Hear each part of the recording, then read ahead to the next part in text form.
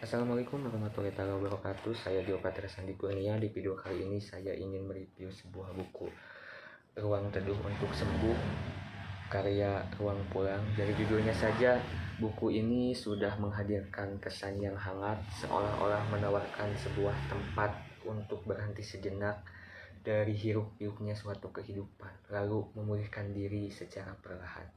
Ketika pertama kali melihat sampulnya saja, tampak ilustrasi sebuah rumah kecil yang tersembunyi di dalam rimbunnya pepohonan. Gambaran ini terasa sangat simbolis gitu. Rumah itu seakan-akan mempresentasikan diri, sedangkan pepohonan yang menaungi menghadirkan makna sebuah perlindungan. Seolah-olah buku ini ingin mengingatkan bahwa di tengah segala kecemasan dan luka, selalu ada ruang yang bisa menjadi tempat pulang. Sejak bagian awal pembahasan diarahkan pada satu kesadaran penting, setiap orang memiliki luka dan setiap orang berhak untuk sembuh. Kalimat ini sangat sederhana, tetapi realitanya dalam praktiknya tidak selalu mudah gitu. Banyak orang yang justru menekan emosinya, menyangka rasa lelahnya atau merasa tidak pantas gitu untuk mengakui kesedihan yang ia alami. Melalui pembahasan yang lembut dan reflektif, buku ini perlahan mengajak pembaca untuk berani menengok ke dalam diri, bukan untuk menghakimi masa lalu ya, melainkan untuk memahami apa yang sebenarnya terjadi. Di sini penyembuhan tidak diposisikan sebagai proses yang instan gitu, melainkan sebagai perjalanan yang memerlukan waktu dan kesabaran. Selanjutnya pembahasan berkembang pada realitas kehidupan modern yang penuh akan tuntutan. Tanpa disadari, standar keberhasilan yang terus dibandingkan dengan orang lain seringkali menimbulkan rasa tidak cukup. Dari situlah kecemasan akan tumbuh. Namun alih-alih menyalahkan keadaan, buku ini mengarahkan pada perhatiannya pada pentingnya menciptakan ruang teduh secara sadar.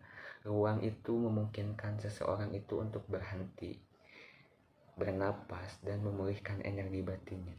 Ruang teduh tersebut bukan berarti menghindar dari sebuah masalah gitu.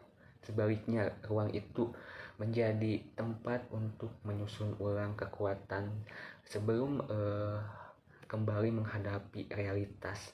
Dalam proses itu, pembaca diajak untuk menerima emosi yang selama ini mungkin dihindari, entah itu dalam bentuk kekecewaan, marah, atau sedih, dan memandangnya sebagai bagian dari pengalaman manusiawi. Semakin jauh saya diajak, semakin terasa bahwa buku ini tidak sedang menggurui. Narasinya lebih menyerupai sebuah percakapan hangat gitu. Seolah-olah ada seseorang yang berkata bahwa tidak apa-apa merasa lelah, tidak apa-apa membutuhkan waktu untuk sembuh. Justru dari penerimaan itulah kekuatan perlahan terbentuk. Pada akhirnya, Ruang Teduh untuk Sembuh ini menyampaikan satu pesan yang kuat, namun disampaikan dengan kelembutan. Ia berkata bahwa sebelum mencari pengakuan dari dunia luar, seseorang perlu berdamai terlebih dahulu dengan dirinya sendiri. Karena ketika batin menemukan ruang yang aman untuk pulih, langkah kedepannya akan terasa lebih ringan. Dan mungkin inti dari seluruh buku ini dapat dirangkum dalam satu kesadaran sederhana bahwa setiap perjalanan kembali pada diri sendiri adalah langkah menuju keutuhan. Mungkin itu yang dapat saya sampaikan dari review buku Ruang Teduh untuk Sembuh. Mohon maaf bila ada salah kata yang kurang berkenan. Terima kasih, sampai jumpa.